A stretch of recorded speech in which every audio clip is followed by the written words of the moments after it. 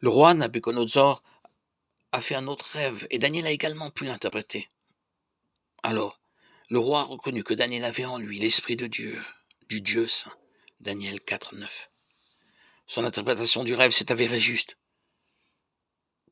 Après une période de folie, Nabuchodonosor retrouvant la raison à louer et honorer le Dieu de Daniel, comme le Très-Haut, Daniel 4, 34-37. Quand son fils Belshazzar lui a succédé sur le trône, il a organisé un banquet pour lequel il a fait apporter les coupes en or et en argent qui avaient été pillées dans le temple de Jérusalem afin de s'en servir. Parce qu'il avait essuyé ces objets saints, Belshazzar a vu une main écrite sur le mur. Ces astrologues n'ont pas pu lui traduire l'inscription, si bien qu'on a fait appel à Daniel pour l'interpréter. Daniel 5, 13, 16. En récompense, Belshazzar l'a promu à la 3e place du royaume. Verset 29. Chapitre 5. Cette nuit-là, ainsi que Daniel l'avait prophétisé, le roi a été tué au combat.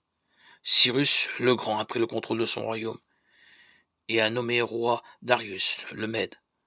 Sous ce nouveau souverain, Daniel excellait tellement dans ses responsabilités administratives que Darius envisageait de l'établir sur tout le royaume.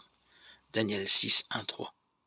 À cause de cela, les autres administrateurs se sont tellement mis en colère qu'ils ont cherché à le faire tomber. N'ayant pas trouvé de faute en lui, ils s'en sont pris à sa religion. Ils ont flatté Darius pour le convaincre de publier un décret interdisant d'adresser une prière à qui que ce soit d'autre qu'à lui pendant les 30 prochains jours. Ceux qui désobéiraient à cet édit seraient jetés dans une fosse au lion.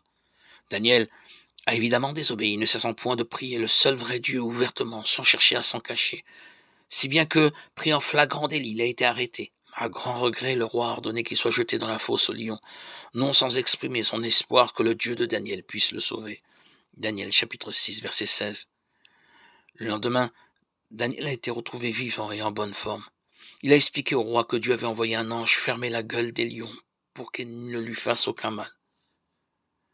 Grâce à ce miracle, le roi Darius a émis un décret selon lequel tous ses sujets devaient adorer le Dieu de Daniel. Daniel a continué à prospérer tout au long de son règne.